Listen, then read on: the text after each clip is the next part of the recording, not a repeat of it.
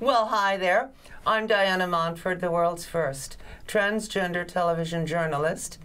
Born male, became female. You know the drill. We say this all the time.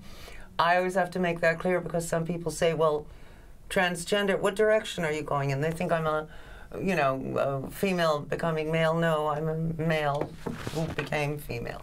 Anyway, my guest is someone you may actually have heard on the radio. WBAI, if any of you listen to that, Pacifica Radio. Ms. Andrea Sears, who is a transgender activist, a musician, an actor. She's appeared in Pose, among other things, the wonderful Ryan Murphy series Pose. She was, for 25 years, the anchor at WBAI Evening News, a journalist. What else were you? A news writer. Editor. Yes, news editor. And she won an award. What award did you win? I won a Golden Reel Award from the National Federation of Community Broadcasters. Cool. And anyway, and she is here to discuss her life and sing many of her songs, which she has written herself. Many of them. Well, a few of them. Which she has written herself. Who read them to you? No.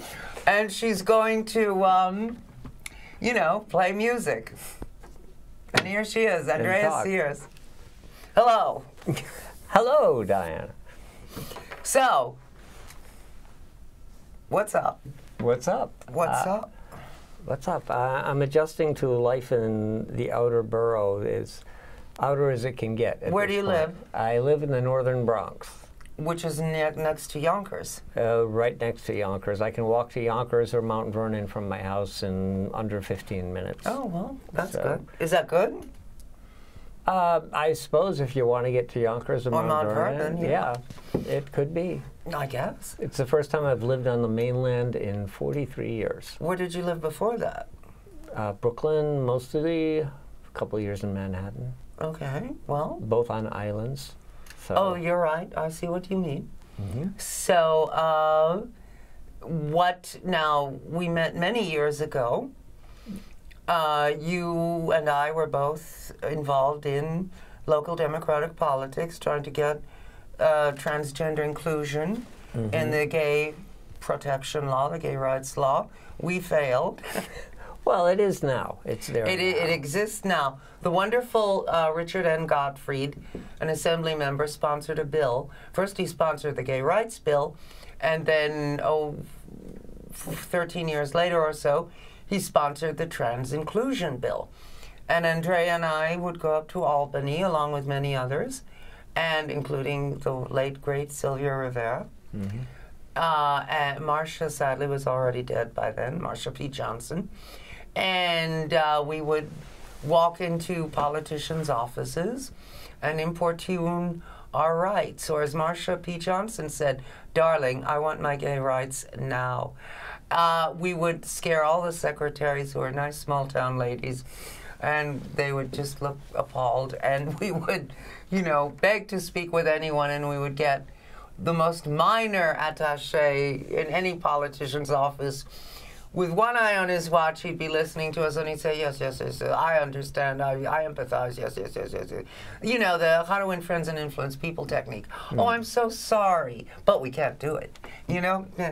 So anyway, so that's our little tale of woe regarding Albany. And what are you looking at me in a strange way? I'm just remembering the days up there, and I was there the day they voted on SONDA, the Sexual Orientation Non-Discrimination Act, in the state Senate, and it passed, but every Democratic senator got up and said his piece when casting the vote and denounced the bill for not having gender identity and expression included in it, but then voted for it. Anyway, that's called playing both sides of the fence, which is something we certainly know about. Well, but anyway, it was saying that SONDA was important, but it was a tragedy that they left out the people who are most likely to be discriminated against. I was quoted in the Times as saying, and I actually did say this, but they took it out of context, of course, that if you go on my Facebook thing, you can find it. I said, is half a loaf better than none at all? I'm so Shakespearean. And they considered that a quite reasonable attitude, you know? Well, not really. The way they printed it, it seemed as though I were saying, it's fine, I don't want my rights. What I was saying was that everyone should have rights, and we have to take what we can get and keep shopping, you know? Right. But, anyway. I think that's what the Democrats were saying that day. Yes. We now have trans inclusion here in New York, and someday soon we hope to have it all over the country and all over the world, and on many other planets, including my home planet. I should have said. Anyway. Let the cat out of the bag with that one. Damn. Anyway, so, you know, men are from Mars, women are from Venus. I'm the planet in the middle. Anyway, so, I'm kidding. I'm an earthling. But anyway, so tell me about your music. My music. I started making music when I was 12 or 13 years old. Taught myself how to play guitar, and it was the early 60s, early to mid 60s, and hullabaloo, shindig, all that, you know. I went down the wrong way. So, and I was in Berkshire County, Massachusetts, where I grew up.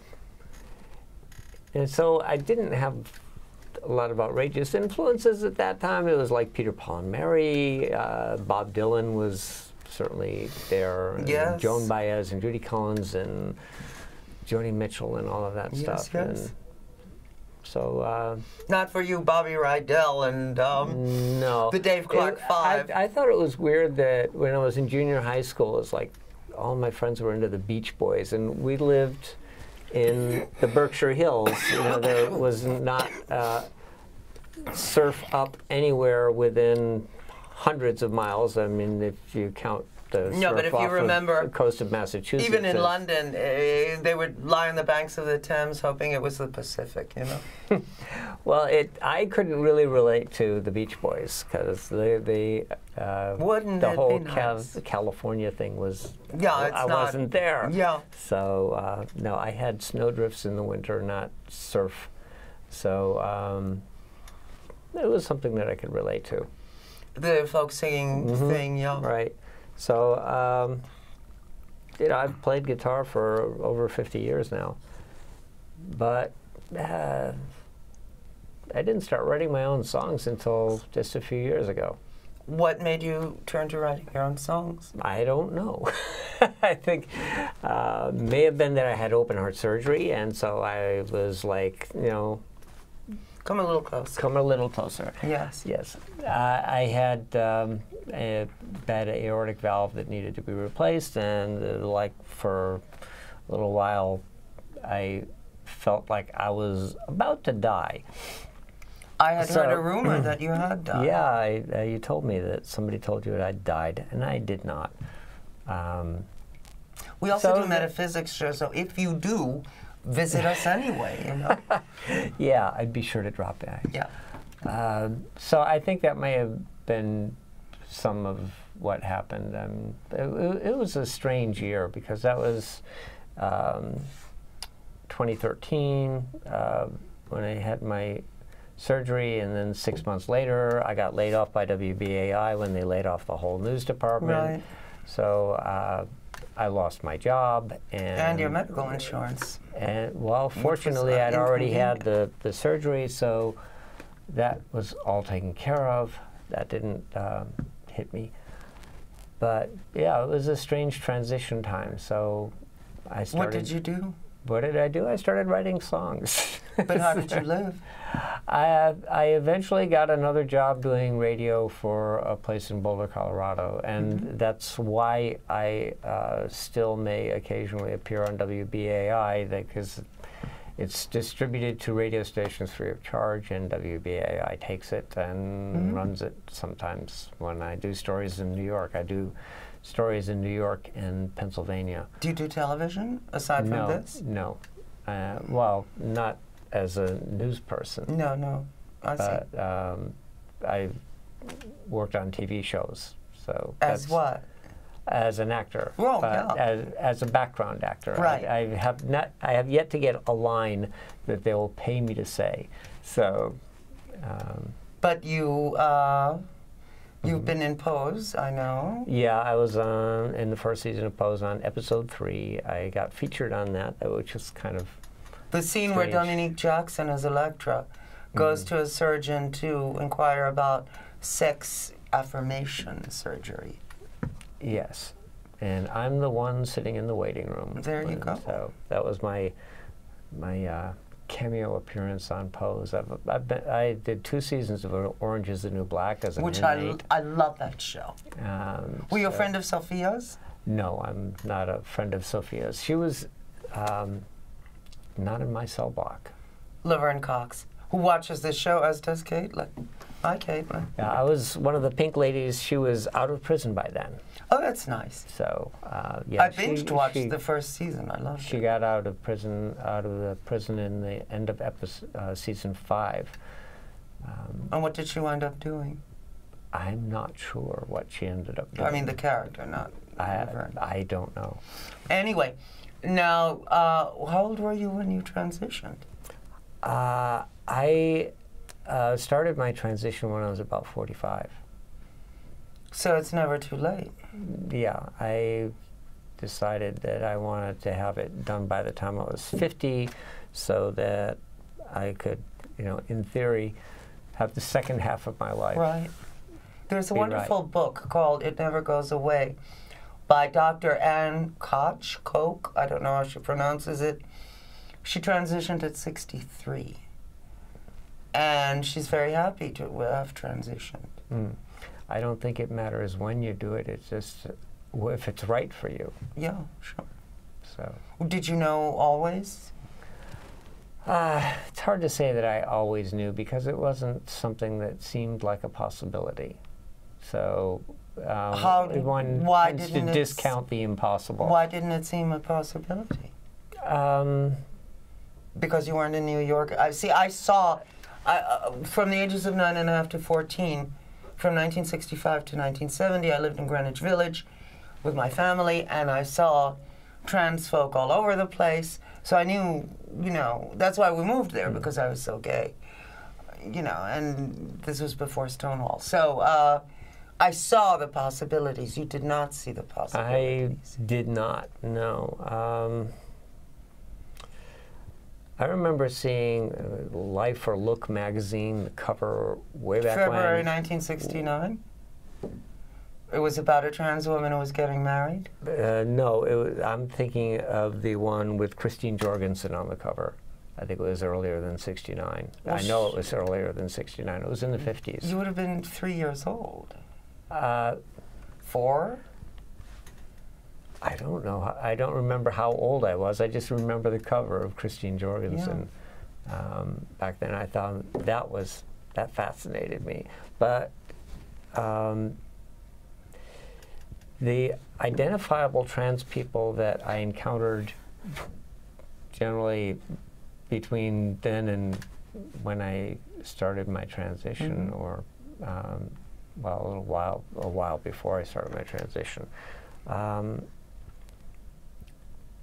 It didn't seem like who I was. It was not.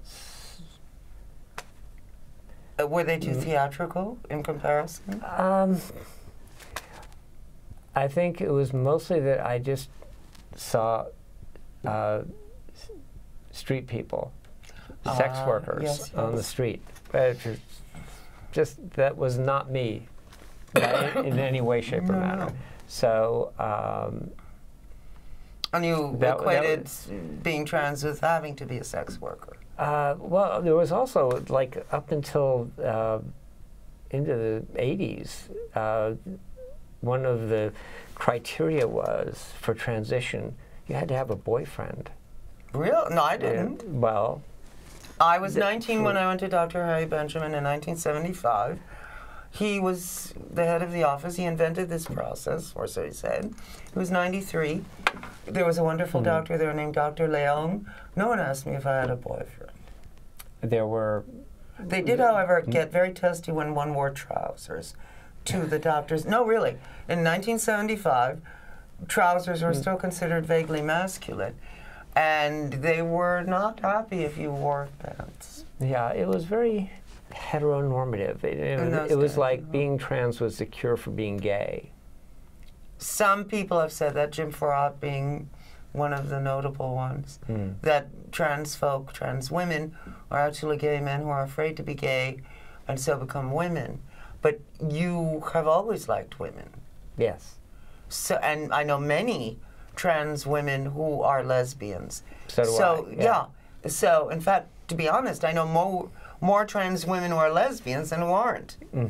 So I don't think it's really about being gay, do you? No, I don't think so at all. I mean, that was one of the things that finally was like, oh, damn. So that's it. That's why now things start to make sense. I think when I read Kate Bornstein's Transgender War, Transliberation. She's been on the show. Was it Transliberation? My Gender Workbook? No, Transgender Outlaw. Yes. That was it. Yes. Yeah, I've known Kate for years now. Yeah, so have I. So that was like the aha moment when everything fell into place and suddenly things made sense. And how did you find a doctor? I went to Callan Lord. Yeah, I go to Callan Lord. It's great. So that's where I started, and I had surgery in Montreal. Why in Montreal? Because the aftercare was so good. Yes. There was no place in New York City that was doing it at that time. Really? I don't believe there was any place in New York City. Now there is, but there are a few places. But then it was like a lot of people were going to Thailand. I know, yeah. Some of them really regretted it, which I One night in Bangkok makes a hard man humble. But that was... I get my kicks above the waistline, sweetheart. I love that song. It's from 1992. Yes, you were saying. So Montreal was not too far away. It was more affordable. And any place else, you would go and have the surgery, and then you'd go and check into a hotel, and then go back, stay there for 2 weeks and go back to have the stitches removed and the packing removed and all of that stuff. In Montreal, they had a clinic that just did trans surgeries. Right. And they had a recovery center on an island. Wonderful. That was, you go, you check into the recovery center, you see the surgeon the night before, go to the clinic the next day, have the surgery. After that, you go back to the recovery center, and you're there for 2 weeks with on-site nurse and the doctor. It must be very expensive to do that. Well, it was still less expensive than having the surgery. And then going to a hotel. And then going to a hotel. Room service 3 times a day and all that. Yeah. So I got food, I got housing, I got everything right there. Can you mention where you went so people out there can go if they feel so inclined? Well, it was Dr. Pierre Brissard was the surgeon. Dr. Pierre Brissard. Yeah, he took over the practice. Brissard. Yeah. Okay. And he took over the practice of Dr. Menard, who had been doing it for years. Right. And he was his assistant, protege, whatever. Yeah. And they were sort of in the process. Dr. Menard was still doing surgery when I went up, but I had my surgery with Dr. Brissard. You have had a lovely girlfriend now for 12 years. You're a homeowner. Yes, we are new homeowners.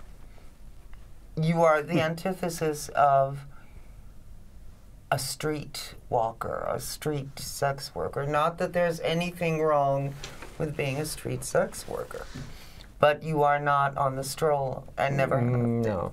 Yeah. And so there are many ways to be trans. It's not, we're as varied as cisgender women. Right. Exactly. And, you know, so are you happy? I mean, who's happy? But you know what I mean. Yeah, I'm on the happiness scale in there someplace. You know, are you happier now than you were before? Oh yes, definitely. Mm-hmm. Mm-hmm. I think, you know, I have a pretty interesting life. I'm busy. I'm really busy. Well, too busy. Aside from being an actress or actor, I hate it when actresses call themselves actors. But anyway, aside from being an actor, what else do you do? And playing music? Well, I still do journalism. I am half-time for the place in Colorado. So I spend most of my time doing that. I have an acting job at Mount Sinai Hospital, actually. And they have a wonderful transgender clinic, Mount Sinai, here in New York. Well, I work at the Icahn School of Medicine, which is the medical school attached to Mount Sinai, as a quote-unquote standardized patient. And it's an acting job. You have to go and audition and... Well, what do you mean a standardized patient? Well, they have, to train medical students, they have patient descriptions that have symptoms and family medical history. See. So you learn to be a patient, and then... And you mimic the symptoms of whatever illness they're trying to treat. Yeah, you be a guinea pig for the medical students to come in and ask you questions and try to find out what's wrong with you, and you have to know the whole family history. You know, if your mother and father are still alive, do they have diseases? Do your kids have Is this like real, or is this it's a script and you have to... It's not a script, it's like improv. Okay. You have all the background information and you have to become the character. Does the fact that you're trans have anything to do with this? Not at this point. I was originally hired because they wanted to expand to a trans format and start work, but that hasn't happened yet. By the way, Mount Sinai here in New York offers free facial feminization surgery, should anyone be interested. The waiting list is, I'm sure, 7 miles long, but it is free, and it is here in New York City. Mount Sinai, the transgender clinic. They offer every kind of hormone therapy and operations, both above the neck and below, whatever you're looking for. So if you can manage to get to New York and find a place to live and feed yourself, they will do the surgery for free. I did not know that. Well, they are a recent innovation, and yes, they do, and that's wonderful that they're doing that. Okay, so I don't think we're going to get to hear any music here, are we? Are we down to 4 minutes? Yeah. Wow. Okay, next time Andrea's on, she will play her music, and it will be like all talking, all singing, all dancing, okay? But anyway, yeah, but what you said is so important. People out there want to know, and that is really helping people, you know? And the fact that you were quite established in your male life, quite successful, and, you know, and did not feel embarrassed or ashamed. Oh, I wouldn't say that. I mean, that's one of the hard things to overcome is shame, is the idea that you're doing something that's shameful.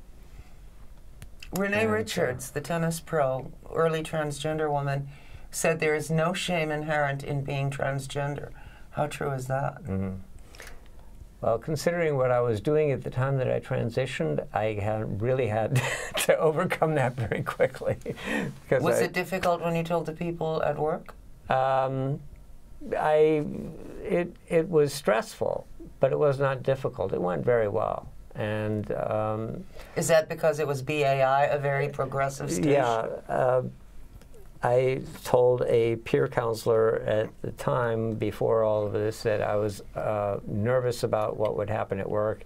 And she said, "What are you doing?" I said, "I'm a radio journalist." And she said, "Have you considered working for WBAI?" And I said, "That's where I work." And she said, "Oh, they probably want a trans person on staff." So, but the week after I came out at BAI, I did the entire hour on Democracy Now! With Amy Goodman. Wonderful. Talking about my process and my transition. Oh, so. And she's wonderful, too. Mm. And, well, we're out of time, damn it. So next time Andrea's on, she will play her wonderful music, which is really lovely and really meaningful and profound. But don't you dare say I never heard any of it, which I haven't, but I'm an actress. Oh, right, I'm an actor, excuse me. Okay, so can people contact you with questions and about their own transition? I suppose so. You didn't bring this up before, so I haven't thought of how people would go about that. Maybe your Facebook page or something? Yeah, I have a couple of Facebook pages. So can you mention one? I'm just Andrea Sears on Facebook. Okay, so Sears like Sears Roebuck. Yeah. But no relation? No relation, no. Well, they're out of business anyway. Yes, so I know. Okay. So I have a music page and I have just a regular personal page. How can people hear your music on Andrea Sears? AndreaSearsMusic.com. So. Okay. And my guest has been transgender activist, musician, actor, and actress. I hate actor for actress. It drives me nuts. But anyway, and it's such a short drive, I should walk. But anyway, Andrea, thanks. I like that joke. I wrote that. Anyway, my guest has been Andrea Sears, musician, actor, journalist, anchor person for BAI for many years, professional patient, all sorts of things. All sorts of things. Yes. And I'm professionally impatient. But anyway, I do shtick all the time, you know. Catskills meets BAI, what can I tell you? But anyway, interestingly enough, the head of the station, Dan Coughlin, is that how you pronounce it? Coughlin, was once the head of WBAI. Yes, he was. There you go. So 6 degrees of separation. Even if no one else loves you, I love you. Take care of yourself. See you next time. Bye. Okay. I will be right back. Do not do anything because it's still recording, okay? Like, don't give anyone the thing card.